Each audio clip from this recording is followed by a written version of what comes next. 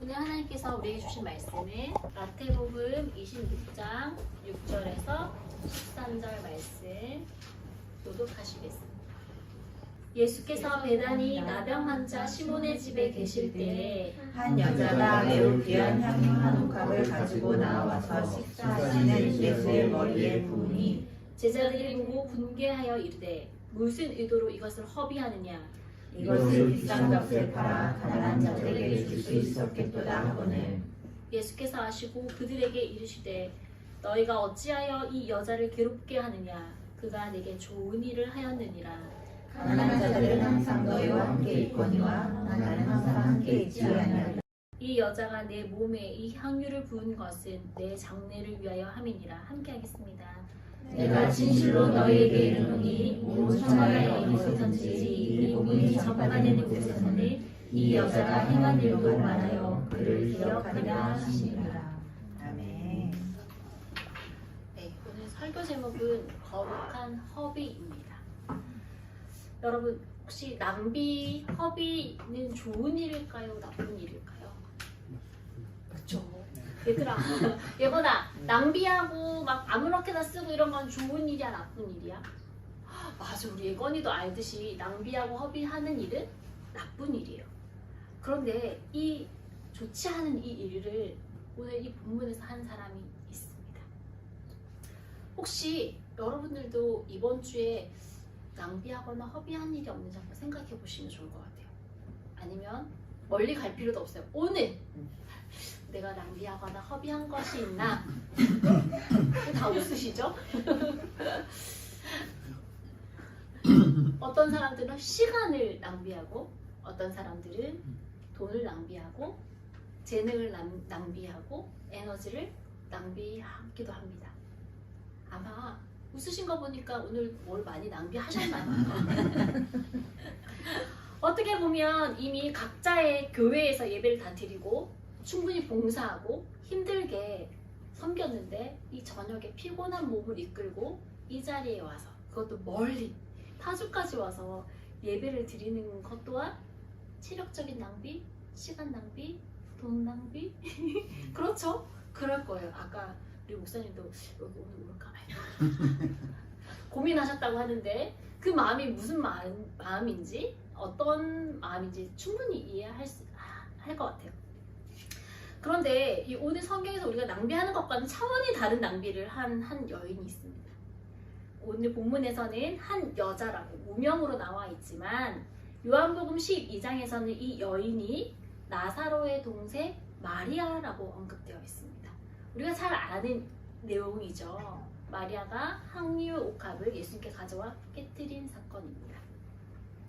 이 사건은 예수님께서 십자가에 달려 돌아가시기 전에 예루살렘 성에 입성하기 하루 전에 베다니에서 일어난 일입니다. 6절 말씀 한번 같이 보실까요? 예수께서 베다니 나병 환자 시몬의 집에 계실 때에 라고 이야기하고 있습니다. 예수님은 이제 십자가에서 달려 죽음을 앞두고 있는 그 입성을 앞두고 이제 베다니 나병 환자 시몬의 집에 있었어요. 근데 요한복음에 보면 나사로와 같이 있었다라고 이야기하고 있거든요. 그러면 성경의 그 기록이 잘못된 걸까요? 시몬의 집이라고 했는데 우리 예리가 물어봤어. 엄마 여기는 왜 시몬의 집이고 요한 저기는 왜 다르지? 시몬의 집은 뭐야? 뭐냐면 이 시몬은 나사로의 아버지 집이에요. 그런 동일한 내용인 거죠. 나사로의 집에 있었다. 또 나사로의 아버지 시몬의 집에 있었다. 그러면 시몬의 딸들은 누구예요? 마리아와 마르다. 함께 있었던 그 내용을 가지고 조금 다르게 이렇게 기록되어 있어요. 예수님은 나사로의 집에서 자기 친구 나사로였잖아요. 친구라고 명하셨잖아요. 그 집에서 항상 거기서 머물면서 제자들과 식사하고 그리고 오는 사람들과 함께 예배드리고 우리 이렇게 예배드리고 말씀을 나누고 계셨어요. 마침 식사를 하고 있을 때에 마리아가 아주 귀한 향유 옥합 하나를 가지고 예수님의 머리에 붓습니다. 한번 상상해 보세요, 여러분. 이렇게 밥을 먹고 있어요. 그런데 유대의 여자 그리고 마리아가 와서 예수님의 머리에다가 기름을 부어요. 그런데 그냥 그 향기 나는 기름이 아니라 한 향한 옥합을 가지고 왔는데 순전한 나들, 아무것도 첨가되지 않은 그 향유를 머리에 그냥 조금 향수 이렇게 바르는 것도 아니고요. 한 병을 그냥 다 쏟아 부어요. 어떨 것 같아요? 주변에서 같이 밥을 먹고 있는다고 상상해 보세요. 갑자기 와서 여자가 머리에 예수님 머리 부어요. 다 쳐다보겠죠. 그뿐만 아니라 뭐예요? 그 향기가 온 집에 진동했을 거예요. 그리고 딱 보니까 뭐예요? 그냥 싼 것도 아니야. 그냥 올리브 기름도 아니에요. 향유, 엄청나게 비싼 것을 머리에 부어요. 마리아가 가지고 온 향유는 여기서는 마태복음에서는 지금 매우 귀하다라고 이야기되어 있지만 요한복음에서는 그 금액까지 정확하게 기록되어 있어요. 그 금액이 뭐냐면 300데나리온이나 되는 향유 한 옥합을 가지고 왔다라고 이야기해요. 그럼 300데나리온이 얼마 정도 될까요? 당시 유대인들의 일꾼들이 하루 종일 열심히 일해서 벌 수 있는 돈이 한 데나리온이에요. 그러면 이 일꾼이 뭐예요? 300데나리온이라고 한다면 300일 동안 열심히 일을 해서 밥도 안 먹고 쓰지도 않고 옷도 안 사 입고 해서 모은 돈이에요. 그럼 거의 연봉 수준인 거죠. 연봉도 안 쓰고 그냥 꽉꽉 모은 거예요. 그럼 지금 돈으로 환산해보면 한 적어도 3천만 원? 4천만 원? 뭐 연봉이 세신 분은 한 1억까지 그만한 돈의 가치 있는 그 향유 한 병의 기름을 그 자리에서 그냥 다 예수님의 머리에 부어버려요. 어떨까요? 어떨까요? 아깝지. 3천만 원, 4천만 원. 한 조금만 발라도 향기가 좋을 텐데 왜냐면 아무것도 첨가되지 않았던 그 기름이기 때문에. 그런데 그 비싼 것을 머리에 부어요. 맞아요. 아깝지. 오늘 이렇게 반응한 사람들이 있는가 하면 저는 한편으로는 만약에 예수님의 제자고요. 예수님을 사랑하는 사람들이 모였다면 물론 아깝지만 오 대단하다. 저렇게 귀한 것을 예수님께 드리다니. 나는 저렇게 하지 못했는데 저분 대단하네. 와 마리아 대단하다. 나도 저렇게 예수님께 뭔가 귀한 걸 드리고 예수님을 기뻐하실 수 있는 일, 예수님께 가장 귀한 것을 드리면 너무 좋지 않을까? 우리 선생님이 대단하시고 우리 예수님이 대단하시니 그 정도는 받을 만하지 라고 생각할 수도 있지만 많은 사람들이 돈을 딱 들으면 어떻게 해요? 아깝지. 한 번에 그렇게 비싼 돈을 붓다니. 맞아요. 이렇게 마리아가 예수님의 머리에 향유를 붓는 것을 보고 다른 사람도 아닌 누가 이야기하냐면요. 8절 말씀 한번 볼까요? 8절 말씀 제가 읽을게요. 제자들이 보고 분개하여 이르되 무슨 의도로 이것을 허비하느냐? 라고 이야기해요.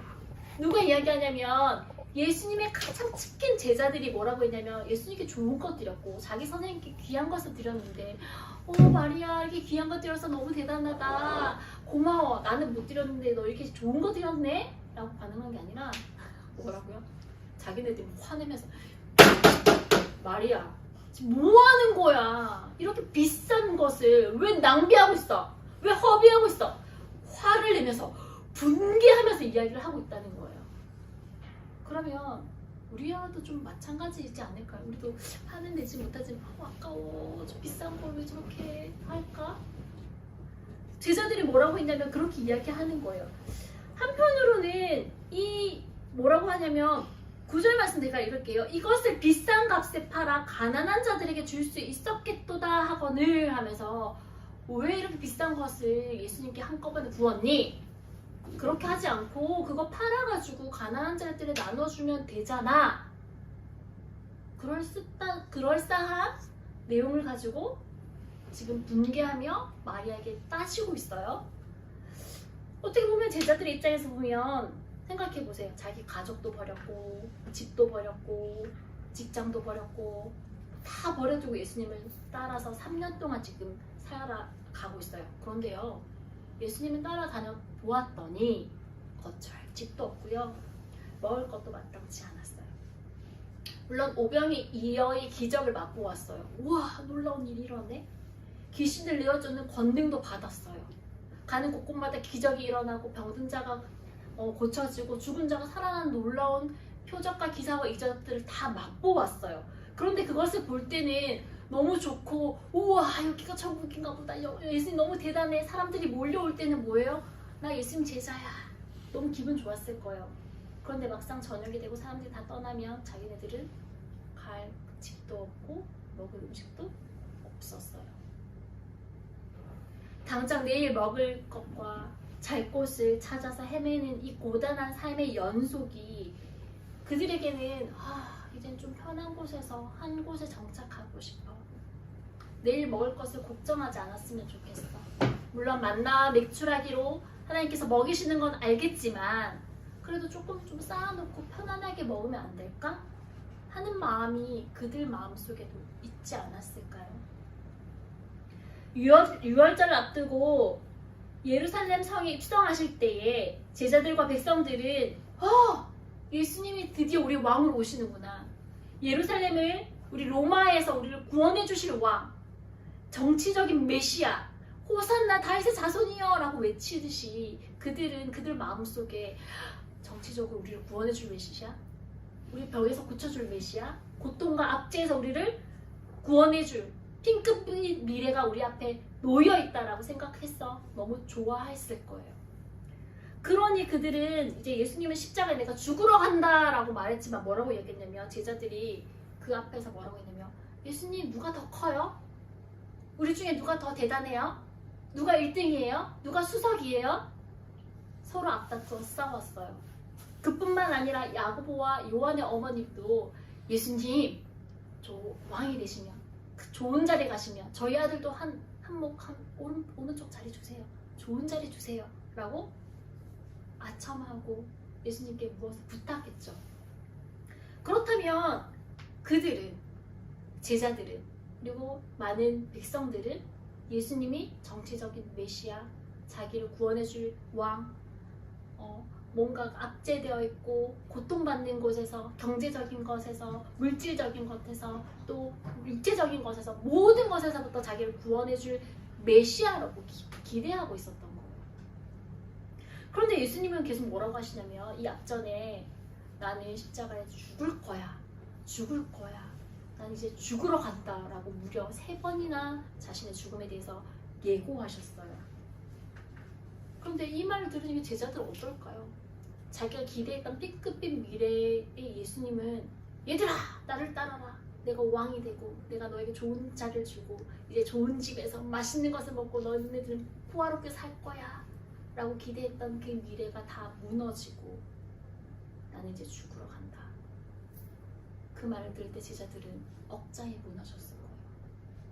내가 3년 동안 다녔던 것이 허상인가? 내가 지금 이렇게 하고 있는 것은 무슨 일일까? 내가 기대했던 일들이 아닌데.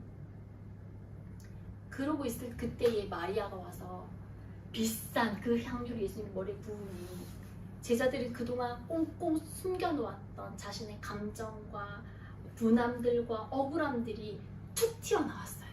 그러면서 왜 이렇게 비싼 것을 허비하느냐! 라고 이 마리아에게 자기의 감정을 다 쏟아내 부어버려요. 그것도 아주 그럴싸한 이유로요. 이 비싼 것을 팔아서 가난한 그 사람들에게 나눠줬으면 더 좋았을 것을. 맞아요. 3년 동안 예수님을 따라다녔던 그 제자들이 봤을 때는 예수님의 삶은 그랬어요. 무엇이 있으면 나누어주고 아픈 사람이 있으면 불쌍해서 고쳐주고 그 마음 가운데 항상 예수님은 소외된 자들과 함께 나누었어요. 예수님의 가르침 맞아요. 그런데 그 가르침이 맞는데요. 그들이 반응은 어때요? 자기가 화내면서 그렇게 비싼 거 예수님께 왜 드려? 그런 거 있으면 다른 사람 나눠주지. 그 말은 뭐야? 내가 그것을 갖고 싶다. 나도 편하게 살고 싶다. 나도 예수님 좀 덕 좀 보자. 이런 마음이 함께 내포되어 있지 않았을까요? 그들의 관점에서 보면 예수님이 죽으면 안 돼요. 예수님은 슈퍼히어로처럼 로마에서 우리를 구해주고 대제사장들과 권력자들을 혼내주고 세상을 구원하고 행복하게 우리가 잘 먹고 잘 살았다더라 라고 이야기가 맞춰야 돼요. 그러나 그렇게 끝나지 않죠. 제자들이 흥분하고 화낼 때 예수님께서 이렇게 말씀하십니다. 10절 말씀이에요. 예수께서 아시고 그들에게 이르시되 너희가 어찌하여 이 여자를 괴롭게 하느냐 그가 내게 좋은 일을 하였다라고 이야기합니다. 좋은 일이 뭘까요? 좋은 일. 비싼 거 드리면 좋은 일일까요?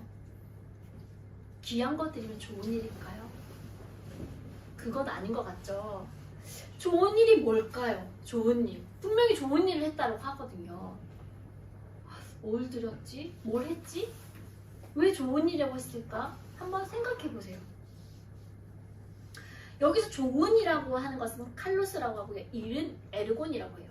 칼로스, 적절한 것, 시기 적절한 것, 적합한 것. 그리고 일은 아름다운 것이라고요. 그럼 좋은 일이라고 하는 것은 적절한 아름다운, 적합한 아름다운 일을 했다라는 거예요. 지금 이 마리아가 예수님께 향유를 부은 것은 적절하게 아름다운 일을 행했다라고 하는 거예요. 적절하게 아름다운 일? 뭐지? 비싼 것? 아닐 거야. 귀한 것? 예수님 그런 선물은 아니실 거야. 그쵸? 그런데 왜 좋은 일이지?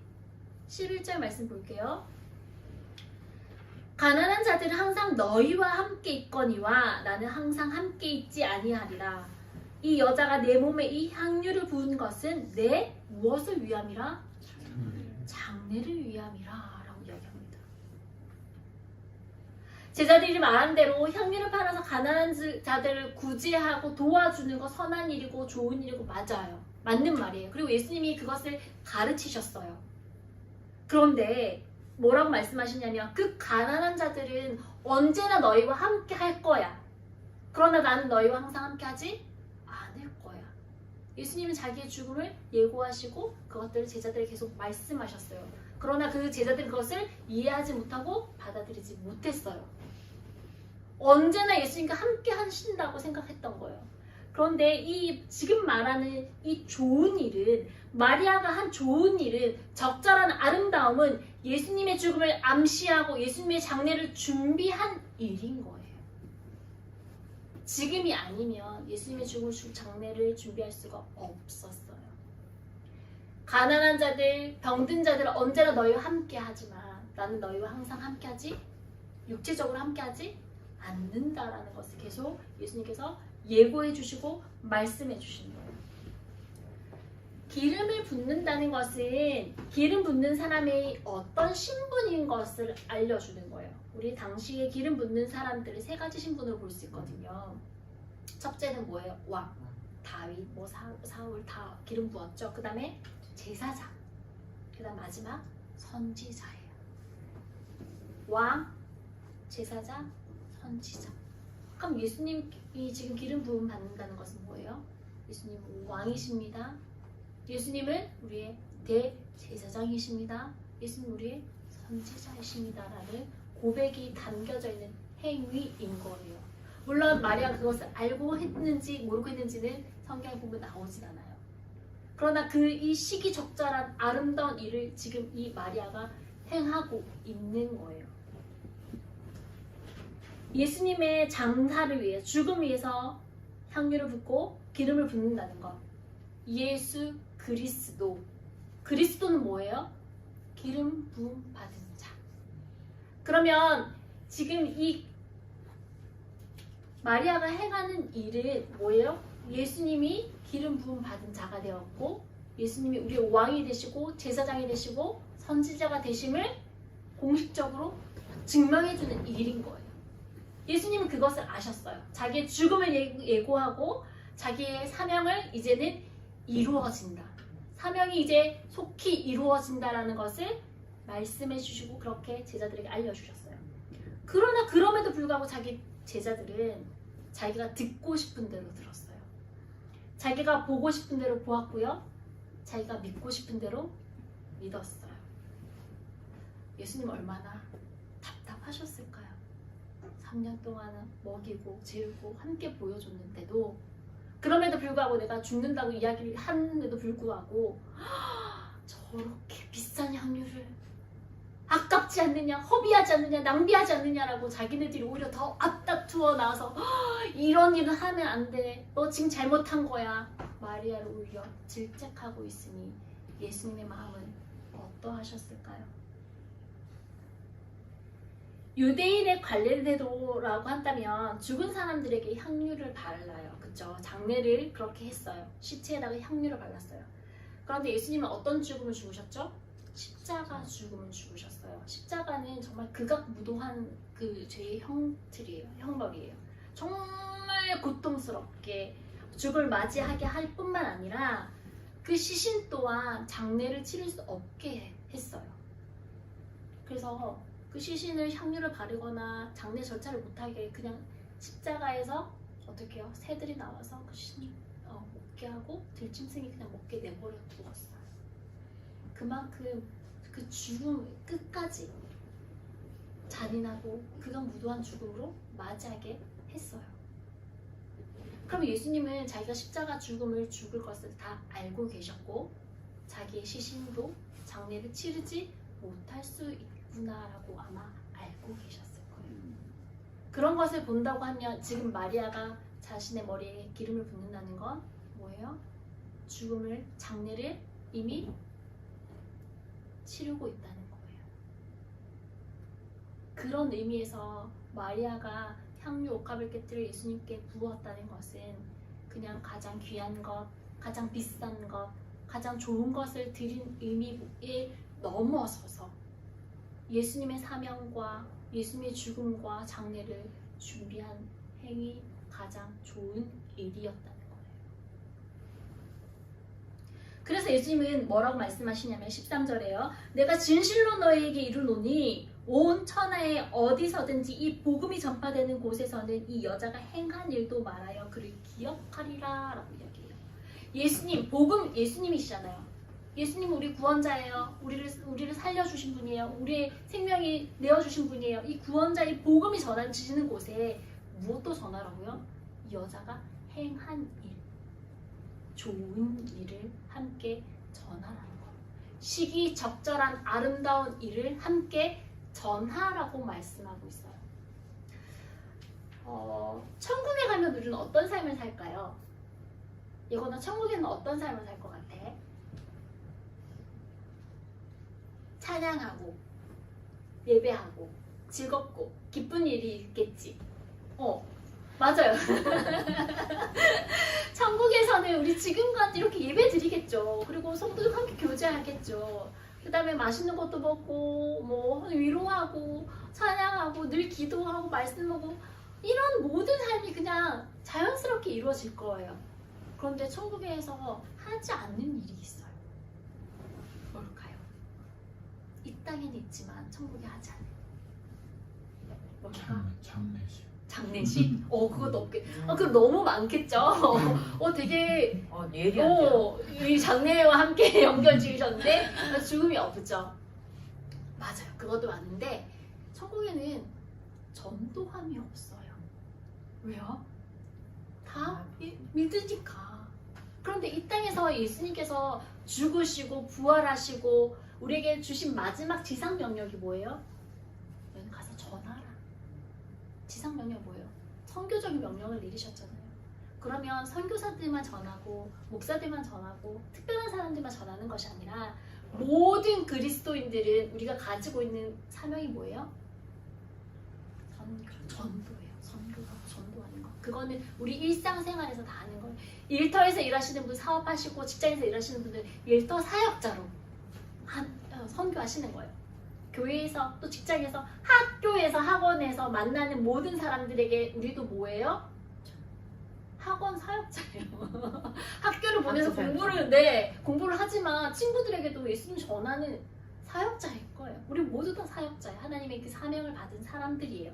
그러면 시기적절한 아름다운 좋은 일을 우리는 무엇을 해야 될까요? 무엇을 해야 될까요? 이거는 믿지 않는 친구들에게 예수님을 전하는 것. 그거 우리 시기적 적절한 좋은 일 아닐까요? 우린 천국 가서 할 수 없는 일이니까요. 이 땅에서 우리가 해야 할 사명이고 해야 할 일입니다. 그러면 우리가 처음에 아까 낭비하는 것은 좋은 일인가요? 나쁜 일인가요? 물어봤을 때 뭐라고요? 다 나쁜 일이에요. 그 나쁜 거예요 라고 얘기했지만 마리아의 허비는 어떤 일인가요? 마리아는 자신의 아마 전 재산을 낭비하고 허비했을 거예요. 그러나 그 마음은 정말 기쁜 마음으로, 감사하는 마음으로, 헌신하는 마음으로 이것들을 허비했어요. 혹시 여러분들도 오늘 많은 것들을 허비하고 있죠?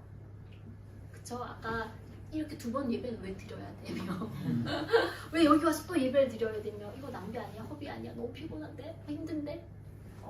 그런 허비일 수도 있어요. 그러나 뭐예요? 예수님께, 하나님께 우리도 가장 좋은 것들, 귀한 것들 드리러 이 시간 함께 모여서 예배의 자리로 나온 것을 임을 우리 고백해요. 그러면 이거는 어떤 허비일까요? 거룩한 허비겠죠. 네. 허비예요. 어떻게 보면 이성적인 제자들의 관점에서 보면 예배 한 번 드리면 되지 뭐 2-3번이나 드리니? 교회 딴 데 교회는 뭐야 언더그라운드 교회 왜 또 이렇게 모여서 뭐 하는 거니? 멀리서 왜 늦은 시간까지 뭐 하는 거? 내일 학교도 가야 되고 직장도 가고 피곤한 이 몸을 이끌고 내일 또 아침에 알람을 못 들을 수도 있는데 왜 이렇게 와서 허비하는 거니? 왜 할까요? 왜 할까요? 왜냐면 우리도 아낌없이 하나님께 드리고 헌신한다고 하지만 그것과 비교할 수 없을 정도로 자신의 신분과 지위와 하늘의 보좌와 모든 것을 내려놓고 사람의 몸으로 이 땅에 오신 그 예수님을 생각해 본다면 예수님의 허비는 어떤 허비일까요? 마리아가 주는 허비, 우리가 드린 허비, 그것과 비교할 수 없는 그 허비. 자신 생명을 내어놓고 어떤 것도 바꿀 수 없고 돈으로 환산할 수도 없고 가치를 매길 수도 없는 예수님의 그 사랑. 십자가에서 자신의 몸을 찢으시고 뭔가 피를 흘리신 그 허비. 우리는 그 어떤 것과도 맞바꿀 수 없어요. 그렇다면 오늘 정말로 진정한 허비하는 분은 누구일까요? 마리아요? 여러분이요? 저요? 아니요. 바로 예수 그리스도가 이 세상을 위하여, 우리를 위하여, 나를 위하여 진정으로 허비하신 분이세요. 피 한 방울까지 그 사랑을 우리를 위해서 내어주신 그 거룩한 허비, 아낌없이 자신을 내어주신 그 예수님. 그래서 우리가 지금 이 자리에서 예배하고 하나님을 찬양하고 있는 것이 아닐까요? 자신의 생명을 내어주신 예수님의 거룩한 허비가 있었기 때문에 우리는 지금 이 자리에서 함께 예배하고 찬양하고 있습니다. 거룩한 낭비, 거룩한 허비, 여러분들은 무엇을 거룩하게 허비하시겠습니까?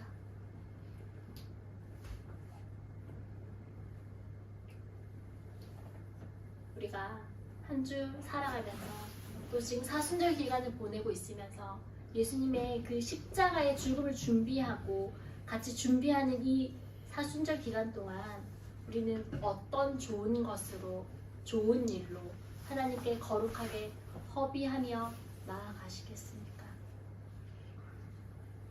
거룩한 허비 생각하시면서 나는 무엇을 하나님께 허비하며 하나님께 드리며 나아갈지 고민하며 기도하며 나아가는 시간 되었으면 좋겠습니다. 우리 내게 있는 향유옥합, 마리아가 예수님께 드린 이 향유옥합, 나는 어떤 향유옥합으로 하나님께 거룩한 허비를 할까 고민하면서